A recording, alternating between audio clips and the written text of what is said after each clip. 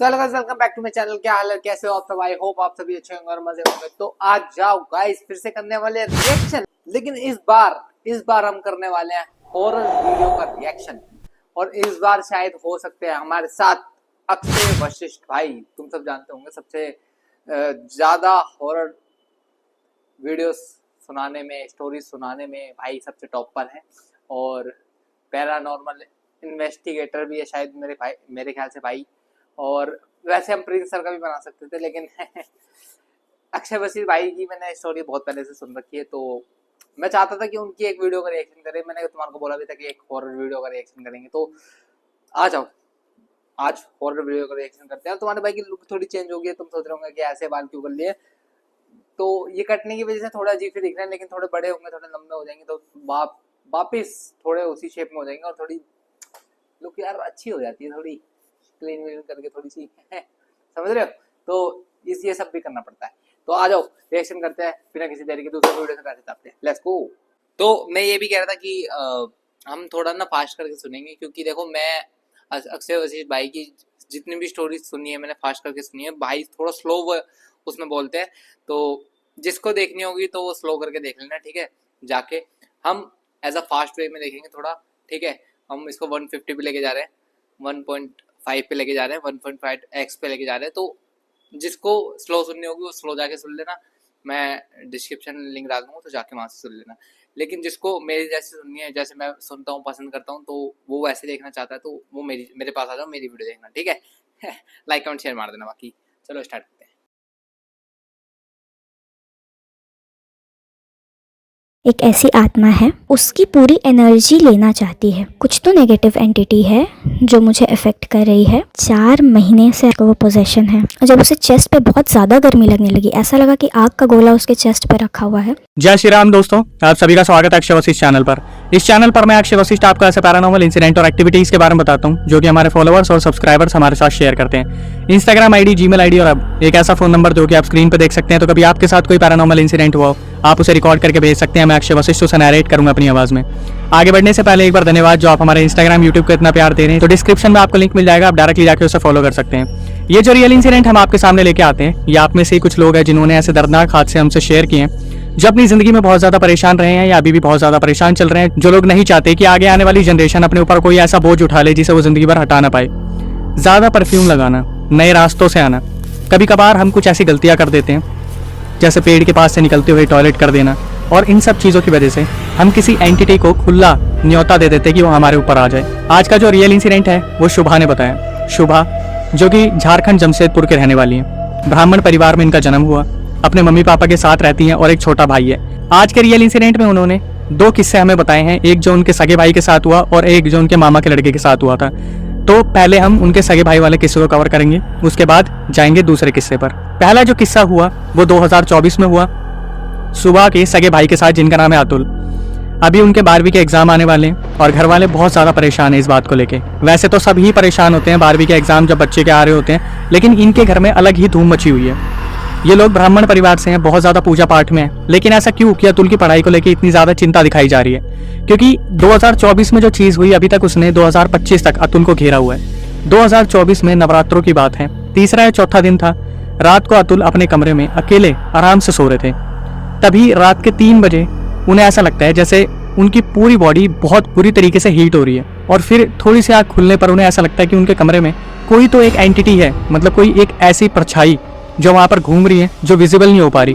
अतुल जब उठते हैं अचानक से ये देखने के लिए कि उनके कमरे में कौन है, वो देखते कि उनके गले में जो रुद्राक्ष की माला थी वो टूटी हुई है।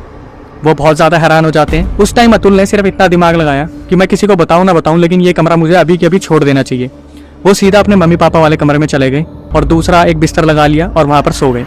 मम्मी पापा भी गहरी नींद में थे, उन्होंने भी कुछ नहीं पूछा। जब सुबह उठे तो उन्होंने अतुल से पूछा कि तू हमारे कमरे में सो गया, क्या हुआ, सब ठीक था, बुरा सपना तो नहीं आया? उस टाइम अतुल ने बताया उन्हें कि रात को मुझे ऐसा हुआ था 2:30-3 बजे, और सुबह उठा तो मैंने देखा मेरी माला टूटी हुई है। अब ये सारी चीज़ें इनके दादाजी भी सुन रहे थे, और जो शुभा है उन्होंने ये चीज़ मेंशन की थी कि इनके। अब मैं 1 मिनट होल्ड चाहता हूँ तुम सबसे कि देखो, हमारे हिंदू धर्म में नेगेटिव चीजें भी हैं और पॉजिटिव चीजें भी हैं, ठीक है। और कई लोग इस चीज को मानते भी होंगे, अंधविश्वास को, और कई लोग नहीं मानते हैं, ठीक है।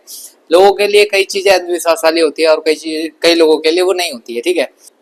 मैं ये कह रहा था कि अगर देखो भविष्य की बात तो हम छोड़ ही देते हैं, प्रेजेंट को देख लेते हैं। आजकल कई लोग हैं जो कि ऐसी हरकतें करने लगते हैं उल्टी सीधी, ठीक है, नाम नहीं लूंगा उनका, और कई होते हैं, ठीक है, अपने ही लोग हो जाते हैं जो कि आपकी सक्सेस देख के चलते हैं और आपके ऊपर ऐसी चीजें करवा देते हैं, ठीक है। और ये चीजें मेरे सब्सक्राइबर्स को पता नहीं होगा, ठीक है, तो कुछ लोगों को नहीं पता होगा, कुछ लोगों को पता होगा, ठीक है। मैं बस इतना बता रहा हूँ कि ब्लैक मैजिक भी होता है, ठीक है, और ब्लैक मैजिक 100% वर्क करता है अगर किसी ने छोड़ा हो या किसने किया हो आपकी सक्सेस को देखकर, या मतलब किसी भी चीज पे, किसी भी बेसिस पे। लेकिन इसको करने का भी एक तरीका होता है, आपकी ही कुछ ना कुछ चीजें है, आपको बाल वगैरह, कपड़े वगैरह, ये सब खून वगैरह, ये ब्लड वगैरह, सैंपल वगैरह, कुछ ना कुछ तो चाहिए होता है ब्लैक मैजिक करने के लिए, ठीक है। और कुछ तांत्रिक बहुत महान भी हैं, ऐसा नहीं कि भाई वो आपके सामान लेने के बाद ही करेंगे, वो आपको आपकी फोटो देख के भी कर सकते हैं, ठीक है। और पुराण में भी लिखा है कि जहां पर अच्छाई है वहां पे बुराई भी है, ठीक है। आप बुराई को बुराई की तरफ से लोगे तो ये मत समझना कि वो बहुत ही बुरी है, उसमें पॉजिटिव चीजें भी हो सकती है, ठीक है, कि किसी रीजन की वजह से वो बुरा बना है, या मतलब कुछ है, जो भी है, जो भी चीजें, वो सब चीजें अलग है। लेकिन बात की जाए एज अ पॉजिटिव चीजों की, तो पॉजिटिव चीजें एज अ तुम किसी भी चीज को मान सकते हो, ठीक है, वो तुम्हारे ऊपर डिपेंड करता है तुम किसको मानते हो, किसको नहीं मानते हो, ठीक है, ये है। और बात ये रही कि भाई ऐसे लोग चीजें क्यों करते हैं, तो भाई आप जितने सक्सेस होते जाओगे आपके दुश्मन उतने बनते जाएंगे और आप पे ऐसी चीजें होती रहेगी। कुछ चीजें बिना वजह के भी हो जाती हैं, किसी की चीज उतरी हुई होती है वो हमारे ऊपर आ जाती है, तो ये सब चीजें काफी कॉम्प्लिकेटेड है। आज से हम हॉरर का पार्ट स्टार्ट कर रहे हैं, तो आपको तो धीरे धीरे पता लगेगा, मैं बीच बीच में हॉरर की वीडियो लाता रहूंगा और हम करते रहेंगे रिएक्शन, ठीक है। अब स्पॉइलर खत्म करते हैं तो लोग आगे बढ़ते हैं अपन, है ना। परिवार में पीढ़ी दर पीढ़ी कुछ सिद्धियां सबके पास मिलती आ रही है। मतलब शुभा के पापा के पास भी है, शुभा के दादा के पास भी कुछ सिद्धियां हैं, लेकिन सबसे ज़्यादा जो सिद्धियां हैं वो उनके कज़न ब्रदर हैं जो पटना में रहते हैं, टीचर हैं, उनके पास है। और उनका भी जिक्र है इस पूरे रियल इंसिडेंट में है। जब अतुल अपने मम्मी पापा को ये सब कुछ बता रहे थे तो ये चीज़ दादाजी ने भी सुन ली और दादाजी बहुत ज़्यादा हैरान हो गए कि ये हमारे यहाँ पे कैसे हो सकता है, मतलब हमारे घर में कोई नेगेटिव एंटिटी कैसे आ सकती है, या तो किसी ने छोड़ी है या गलती से आई है या भेजी गई है, समझ नहीं आ रहा था। इनके दादा के पास जो सिद्धि थी वहाँ पर इनके दादा सिर्फ इतना बोलते हैं कि तू एक काम कर, नहा के आ जा और मैं तुझे झाड़ा लगा दूंगा। तो अतुल जाते हैं फर्स्ट फ्लोर पे और नहा के वापस आते हैं और दादाजी झाड़ा लगा देते हैं। दादाजी और मम्मी पापा ने जो ये चीज़ें सुनी थी अतुल के मुंह से वो बहुत ज़्यादा हैरान थे, क्योंकि जिस घर में सुबह शाम पूजा पाठ हो रही है, अगर उस घर में नेगेटिव एंटिटी आ रही है तो ये अपने आप में ही बहुत बड़ा क्वेश्चन बन जाता है। जब भैया को ये बात पता चली, जो पटना में टीचर थे जिनके पास सबसे ज़्यादा सिद्धियाँ थी, उन्होंने कॉल पे ये चीज़ एक्सप्लेन की कि पक्का कोई ना कोई एंटिटी आई होगी और वो जो रुद्राक्ष की माला है वो अपने ऊपर उस चीज़ को लेके चली गई। अब कॉल डिस्कनेक्ट हो गया और ये जो इंसिडेंट हुआ था, झाड़ा लगने के बाद भी कुछ टाइम तक तो सब कुछ ठीक था, लेकिन उसके बाद अतुल की तबीयत बहुत ज़्यादा ख़राब रहने लगी। एक टाइम ऐसा आया जब अतुल अपने पढ़ाई से बिल्कुल दूर हो गए थे और इनकी शरीर में इतनी बीमारियाँ हो गई। जब इनका चेकअप हुआ, सबसे पहले तो इनका हीमोग्लोबिन कम आया, उसके बाद टाइफाइड, जॉन्डिस और साथ में इतनी सारी बीमारियां निकली जो एक लड़के को इतनी हो कैसे रही ये समझ में नहीं आता। सब बहुत ज़्यादा परेशान थे और इस चीज़ का कोई हल नहीं निकल पा रहा था। एक दिन जब बिल्कुल सब कुछ नॉर्मल चल रहा था, अतुल पे ध्यान रखा जा रहा था, तभी जो पटना वाले भैया थे उनका अचानक से फ़ोन आता है सीधा अतुल के पास और वो अतुल को बोलते हैं कि एक काम कर, दादाजी के पास जा और उनको बोल के तुझे झाड़ा लगा दे। अतुल ने पूछने की कोशिश करी कि क्या हुआ, अचानक से आपने कॉल करा, लेकिन सामने से भैया ने कुछ भी उसे क्लियर नहीं करा कि क्या दिक्कत है क्या नहीं है। बस ये बोला कि मैंने बोला है ना दादाजी को बता दे कि वो तेरे को झाड़ देंगे। अब ये दादाजी के पास जाते हैं अतुल उठ के, तो दादाजी को बोलते हैं कि भैया का फ़ोन आया था और वो बोल रहे कि आप मुझे झाड़ा लगा दो। तो दादाजी बोलते हैं अचानक से फ़ोन आया था तो कुछ ना कुछ आभास हुआ होगा, वो उस तरफ अपनी पूजा पाठ में बैठे हुए थे। तो दादाजी बोलते हैं ठीक है एक काम कर, पहले तू नहा के आ जा, उसके बाद मैं तेरे को झाड़ा लगाता हूँ। अब यहाँ पर अतुल के साथ जो पहला इंसिडेंट हुआ वो सबसे खतरनाक था। अतुल इस चीज़ को आज तक नहीं भूल पाया और कभी भूल भी नहीं पाएगा। अतुल ने शुभा को मेंशन करा कि जब वो फर्स्ट फ्लोर पर नहाने के लिए जा रहे थे, फर्स्ट फ्लोर पर जब वो घुसे तो किसी एक फीमेल एंटिटी की आवाज़ आई, ओए सुन, ओए सुन रहा है, एक बार पीछे तो पलट के देख। अतुल को पता था कि ये आवाज़ किसी एंटिटी की है, कोई पलटने को बोल रहे हैं। वो पलटे नहीं, घर वालों ने समझा रखा था ऐसी आवाज़ को पलटना नहीं होता।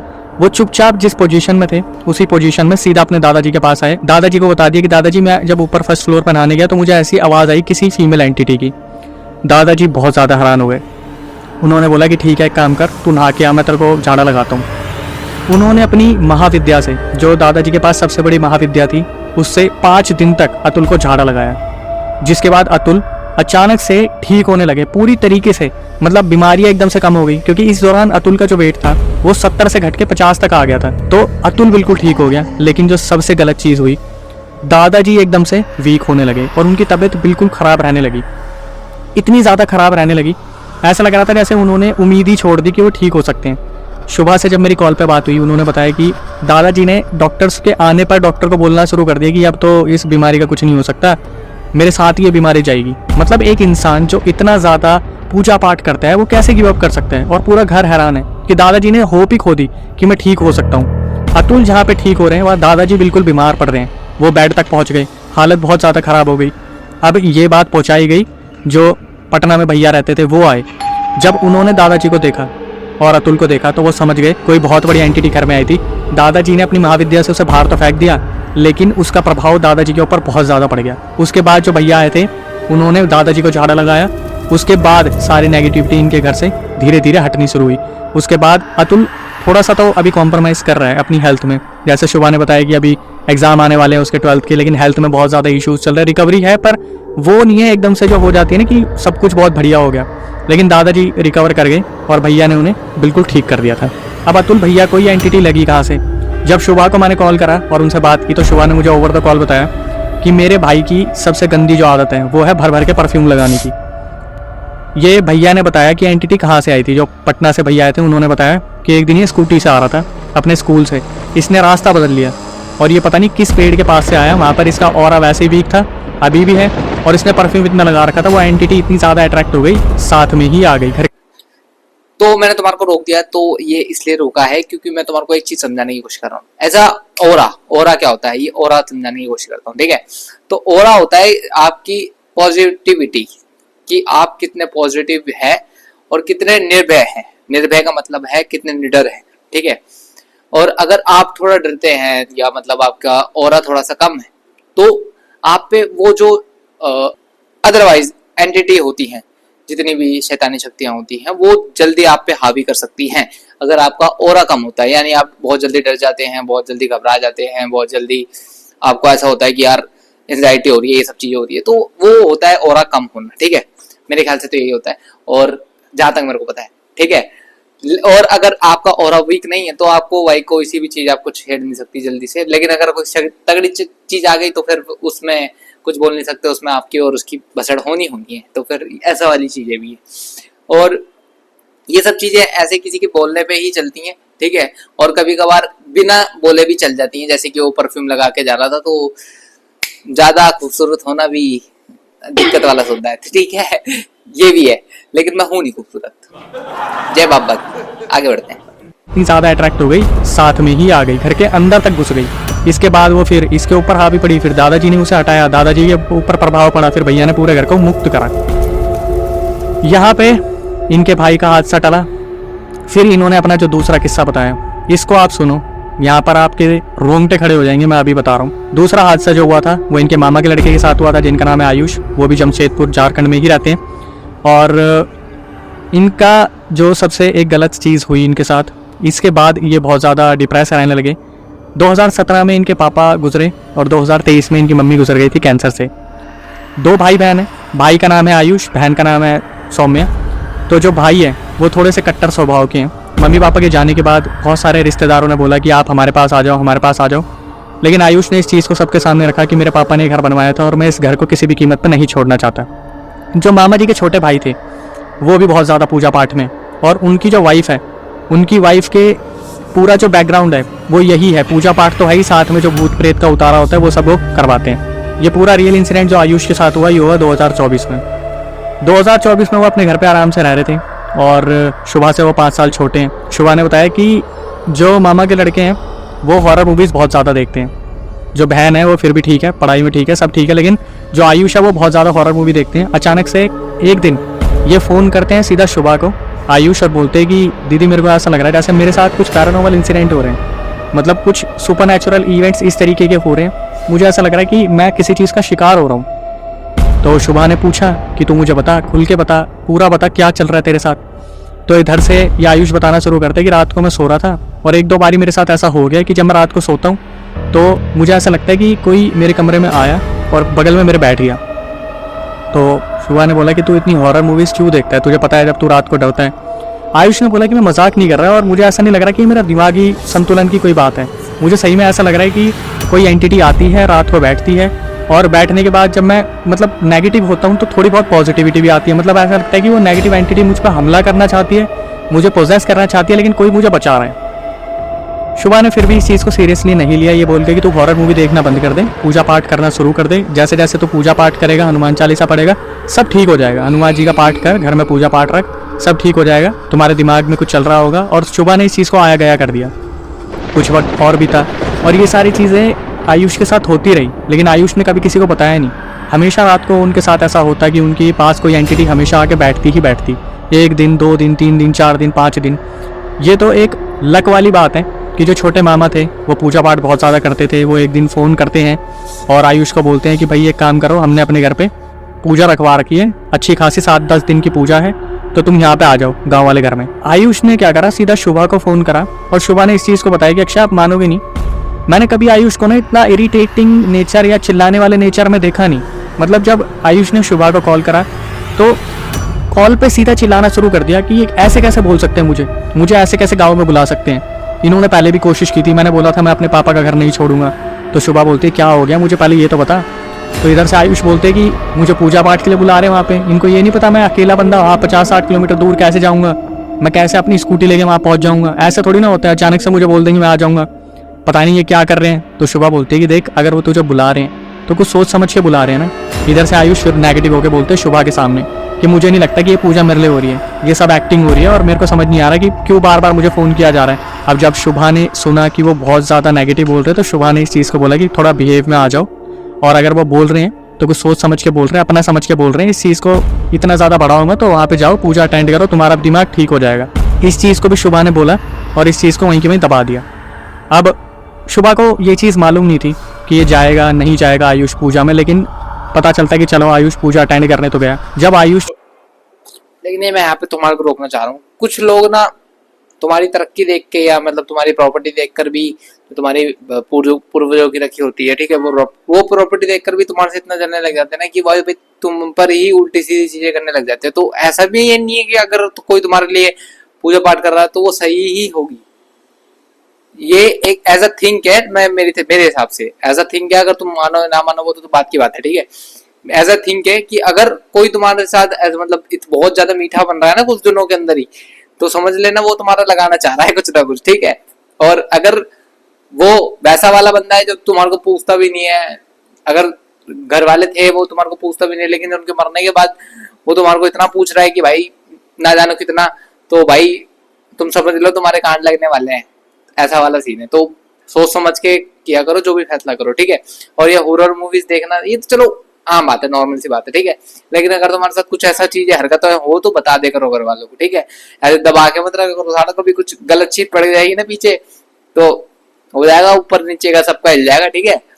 ऐसा होता है रियल इंसिडेंट होते हैं, कई जगह पे होते हैं, लेकिन लोग मानते नहीं है उन चीजों को, ये भी है, ठीक है। और कई लोग नहीं मानते। मैं हॉरर वीडियो इसलिए बनाना चाहता हूँ क्योंकि लोगों को छोड़ो, मेरे को बहुत ज्यादा इंटरेस्ट है, ठीक है। मैं चाहता हूँ कि मैं एक हॉरर वीडियो बनाऊं अपने यूट्यूब चैनल पे।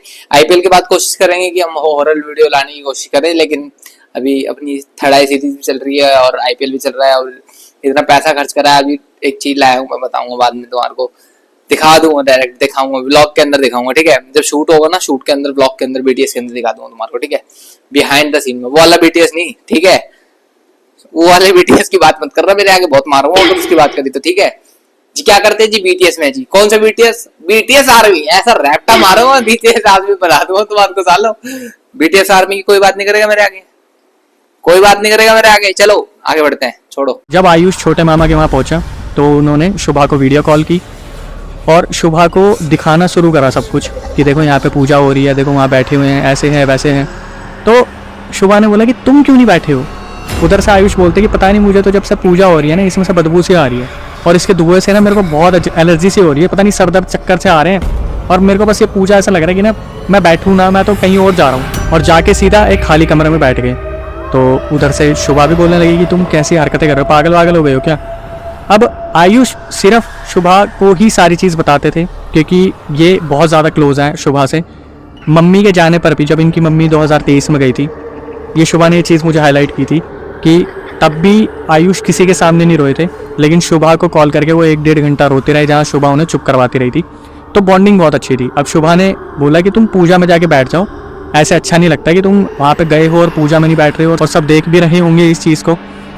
तो उस टाइम पर इनकी इतनी सी कन्वर्सेशन हुई और कॉल कट गई। आयुष ने बोल दिया कि हाँ मैं देखता हूँ, थोड़ी देर में जाके बैठ जाऊँगा। अब आयुष के दिमाग में पता नहीं क्या चल रहा था क्या नहीं चल रहा था, लेकिन जब पूजा का वो टाइम वहाँ पे बीता, उसके बाद ब्राह्मण आ रखे थे, उनको खाना वाना खिलाया। उसके बाद पूजा दोबारा जब स्टार्ट हुई तो मामा जी ने माइक लगवा रखा था और माइक में अनाउंस करना शुरू कर दिया कि आयुष आप जहाँ भी हो पूजा में आके बैठ जाओ, बहुत ज़रूरी पाठ चल रहे हैं, आपका पूजा में होना ज़रूरी है। तो उस टाइम पर आयुष ने फ़ोन उठाया और मैसेज करना शुरू कर दिया शुभा को कि देखो मेरे पीछे कैसे पड़े हुए हैं, जैसे मैं पूजा में नहीं बैठूंगा तो पूजा शुरू नहीं होगी।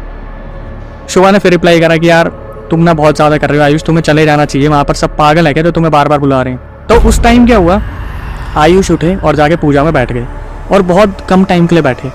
तो जब उस दिन की पूजा खत्म हो गई, अब छोटे मामा बैठे थे वहाँ पे, छोटी मामी भी बैठी हुई थी, और जो पूजा करने आए थे वो छोटी मामी का भाई आ रखा था वहाँ पे। तो वहाँ पर आयुष आराम से बैठा हुआ था जैसे कोई जीत फतेह कर ली हो।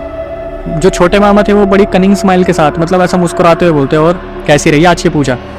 तो आयुष बोलता है हाँ ठीक ही थी, अच्छी थी। छोटे मामा अचानक से बोलते हैं, और ये सुनने के बाद तो मैं भी हैरान हो गया था। छोटे मामा ने आयुष को बोला कि तेरे को आने नहीं देता ना वो पूजा में, मना कर रहा था ना तेरे को पूजा में आने के लिए।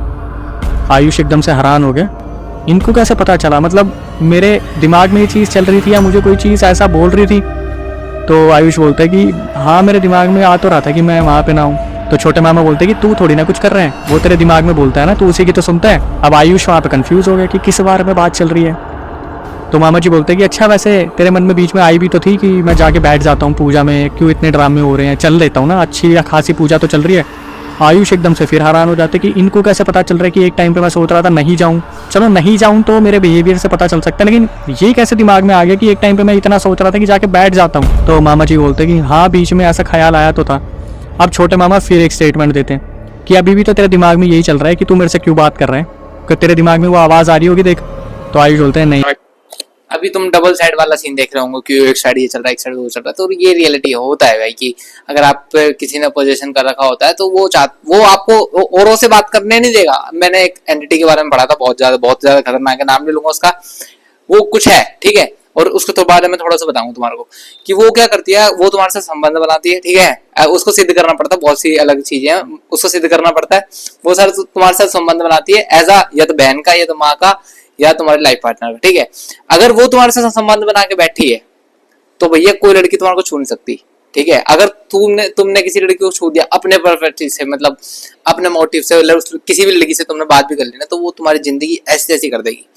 इतनी तगड़ी एंटिटी होती है वो, और वो एंटिटी ऐसी नॉर्मल भी नहीं होती भाई कि ऐसी कहीं पे मिल जाएगी। ये वो बहुत तगड़ी एंटिटी होती है और उसे सिद्ध करना भाई आम लोगों के बस की बात नहीं है ठीक है, हम जैसे लोगों की बस की बात नहीं है। वो बहुत लेजेंडरी बंदों से सिद्ध होती है और वो ऐसी वैसी भी नहीं है कि मतलब यही है, वो तुम्हारे को जो मर्जी जो चाहो तुम वो दे सकती है, लेकिन वो तुम्हारी सोल को कैद कर लेगी काफी लंबे टाइम के लिए। तुम अगर उसको सिद्ध करते हो तो एक कॉन्ट्रैक्ट भी साइन होता है तुम्हारे अंदर। ये बहुत सी चीजें मैंने पढ़ी थी ठीक है, कहीं ना कहीं तो पढ़ी होंगी मैंने, तुम्हारे को पता ही है तुम्हारा भाई ग्रंथ में कितना गुस्सा पड़ा, तो कहीं ना कहीं तुम्हारे भाई के हत्थे में ये भी लगा तो ये भी पढ़ डाला ठीक है। तो ये तो थोड़ा ज्यादा खतरनाक है, तो इससे दूर रहोगे तो ज्यादा बेहतर रहेगा कि सब कुछ पाने के चक्कर में किसी गलत हाथे में मत जाओ। अपने भगवान पर भरोसा रखो यार, तुम्हारा भगवान तुम्हारे को सब चीज लाके दे देगा, बस अपने भगवान पर भरोसा रखो। एक टाइम जरूर आता है कि जब आपकी मेहनत और आपका परिश्रम एक पीक पे आ जाता है और भगवान को भी दिखता है कि हाँ दे देना चाहिए, फिर भगवान बोलता है ले यार रख ले मौज मार, ऐसे वाले सीन आते तो ठीक है। ऐसी उल्टी चीजों हरकतों में मत घुसना, लेकिन ठीक है आगे बढ़ते आ जाओ। नहीं ऐसी कोई आवाज़ नहीं आ रही, अचानक से अंदर से आवाज़ आती है कि हाँ मैं बोल तो रहा हूँ, इससे बात मत कर, ये फालतू इंसान है, बात मत कर इससे। आयुष के पैरों तले जमीन खिसक गई कि अभी मामा जी ने बोला और मेरे दिमाग में ये आवाज़ आ किसके रही है, कौन मुझे बोल रहा है और मैं किसकी सुन रहा हूँ। अब यहाँ पर अचानक से आयुष बोलता मामा जी हाँ अभी जो आपने बोला वो मेरे दिमाग में आवाज़ आई। फिर मामा जी ने आयुष को बोला कि तुझे पता है कहाँ है, तू 4 महीने से पोजेस है, तेरे ऊपर एंटिटी चल रही है, तेरे ऊपर कोई ना कोई ऊपरी हवा है, वो तो तेरे मम्मी पापा हैं जो इस दुनिया में नहीं है और तेरे पितर बन के तेरी रक्षा कर रहे हैं। अब आयुष हैरान हो जाता है, अचानक से बोलता है नहीं नहीं मामा जी ऐसा कुछ नहीं है। फिर मामा जी ने जो चीज़ बोली, बोले अच्छा रात को वो औरत आके तेरे पास बैठती नहीं है, उठती नहीं है, तेरे को फील नहीं होता तेरे कमरे में कोई है? आयुष हैरान, उनका जो रिएक्शन था कि इन्हें किसने बताया। जो छोटे मामा आज तक इनके घर पर नहीं गए, ये वो छोटे मामा की मैं बता रहा हूँ जो आज तक इनके घर पे नहीं गए, उन्होंने सब कुछ इनके घर का नक्शा बता दिया, तुम्हारे घर पे ऐसा है वैसा है ऐसा है। और जो पूजा का शेल्फ है वहाँ फालतू किताबें रखी हैं, उन्हें हटा देना, सिर्फ पूजा की किताबें रखो, वहाँ पे भगवद गीता वगैरह फालतू किताबें मत रखो। आयुष ने अपना सर पकड़ लिया कि ये घर के सारे राज खुल गए, मेरे सारे राज खुल गए। इन्होंने सीधा एक्सेप्ट कर लिया कि हाँ मामा जी मेरे साथ ये सब कुछ हो रहा है और मैंने शोभा दीदी को बताया था, लेकिन वो मेरी बात मान नहीं रही। तो छोटे मामा बोलते कोई नहीं, मैं जानता हूँ और मैं समझ गया था तेरे साथ ये दिक्कत है, जब तू यहाँ पे आया था तभी मैं समझ गया था, इसलिए तेरे को पूजा में बैठाया जा रहा था, लेकिन वो जो एंटिटी है वो तेरे को बैठने ही नहीं दे रही। फिर उसके बाद जो छोटे मामा थे उन्होंने इनका झाड़ा किया। झाड़ा करने के बाद इन्हें बताया कि भाई थोड़ा सा देख के रहा करो। ये एक दिन हंसी मजाक में कहीं से आ रहे थे और पता नहीं कौन इंसान कहीं रोड के नीचे दफन था, वहाँ पर इन्होंने पैर रख दिया। हंसी मजाक में कोई सिमिट्री थी, पता नहीं क्या कबर बनी हुई थी क्या थी, लेकिन पूरी तरीके से क्लियरिटी नहीं थी, लेकिन ये बता दिया कि तेरा पैर पड़ा था और वहाँ से वो एंटिटी तेरे साथ आ गई 4 महीने से। वो एंटिटी 4 महीने से तेरे साथ है, ये तो तेरे मम्मी पापा जो है पितर बन के तुझे बचा रहे हैं। बस यहाँ पर आके इस चीज़ का खात्मा हो जाएगा उस एंटिटी। मैं तुम्हारे को एक चीज बताता हूँ, जब ये पोजीशन हो जाता है ना तुम्हारे पे कोई आत्मा हावी हो जाती है, तो मेरे को पता है थोड़ी चीजें, ठीक है। बागेश्वर बाबा का वो लगा हुआ था, पंडाल लगा हुआ था, तुम्हारे को याद होगा, मैं कथा में गया होता। तो उन्होंने मेरे को एक चीज बताई थी कि मैंने ऐसे सुनी थी, ठीक है। तो उन्होंने बताया था कि ये चीजें ना कभी भी आपको पूरी तरीके से छोड़ती नहीं है, ठीक है। कभी ना कभी इनका आना जाना रहता ही आपके अंदर, बॉडी के अंदर। अब तुम सोच रहे होंगे आना जाना रहता है क्या मतलब है, तुम्हारी बॉडी इनका एक ऑब्जेक्ट है, खिलौना बन जाती है उस टाइम पर, कि वो कभी भी आपकी बॉडी के अंदर आ सकते हैं और कभी भी जा सकते हैं। जैसे कि भगवान को देखा तुमने, भगवान आते हैं लोगों के अंदर और चले जाते हैं, वैसे ही वाला सीन रहता है कि ये आत्माएं आपके अंदर आती हैं, कुछ बोलती हैं उल्टा सीधा और चले जाती हैं, ठीक है। लेकिन इनका बोला हुआ वो चीजें सही भी होती है और कुछ चीजें खतरनाक भी होती है, तो उस चीज को भी देख के रखना पड़ता है। लेकिन तुम्हारे को अगर बचना है तो भाई हनुमान चालीसा का पाठ वाठ करो, ठीक है। हनुमान जी पे भरोसा रखो, अपने पितरों पे भरोसा रखो और अपने देवी अपने ईष्ट पे जिसको तुम पूछते हो, ठीक है, उन पे भरोसा रखो। उन पे भरोसा रखोगे ना, कोई चीज तुम्हारे को छू नहीं सकती, ठीक है। ऐसा है। बस अब तुम्हारे को जो समझना वो समझ लेना। बाकी तो यही है कि हम हॉरर इसलिए देखना चाह रहे हैं कि भाई क्या स्टोरी हो सकती है, क्या खतरनाक चीज हो सकती है। मैं तुम्हारे को बहुत चीजें बता सकता हूँ, वैसे मेरे को पता तो बहुत कुछ है, लेकिन हम धीरे धीरे बताएंगे, ठीक है। धीरे धीरे डेवलप करेंगे, धीरे धीरे स्टोरी में आगे बढ़ते रहेंगे और धीरे धीरे मैं तुम्हारे को समझाते जाऊंगा हॉरर के बारे में, हॉरर क्या होता है। आगे बढ़ते हैं।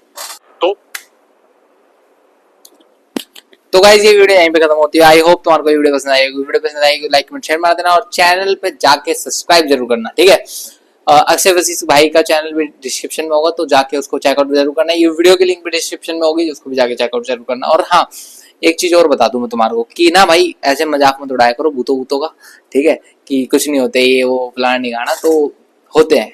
ना मानो, मानने को तो होते भी है, ना मानने को तो नहीं भी होते, ठीक है। लेकिन जितने भी साधु संत हैं यहाँ पे, जितने भी तांत्रिक वगैरह हैं, उनसे पूछ के देखना कभी कि होते हैं नहीं होते। वो तुम्हारे को कुछ फील कराएंगे, कुछ ना कुछ तो कराएंगे, ठीक है, कुछ ना कुछ तो कराएंगे, टेंशन मत लो। बाकी मैं ये कह रहा था कि हाँ, अगली वीडियो कब आएगी ये तुम डिसाइड करोगे, मैं नहीं, ठीक है। मैं डिसाइड नहीं करने वाला कि अगली वीडियो कब आएगी। अगर तुमने इस वाली वीडियो पे, ये अक्षय वशिष्ठ भाई वाली वीडियो पे जल्द ही 1K करती है तो मैं कल ही ले आऊंगा, ठीक है। अगर जल्दी करती है तो ठीक है, मैं कल ही ले आऊंगा। लेकिन अगर तुमने थोड़ा टाइम लगाया तो थोड़ा टाइम बाद ही आएंगे। 1K करो भाई, मेरे को 1K चाहिए इस वाली वीडियो पे व्यू, ठीक है, तो कर देना। मिलते गाइस, आई होप तुम्हारा वीडियो पसंद आएगी। वीडियो पसंद आएगी लाइक शेयर मार देना। मिलते गाइस, बाय बाय।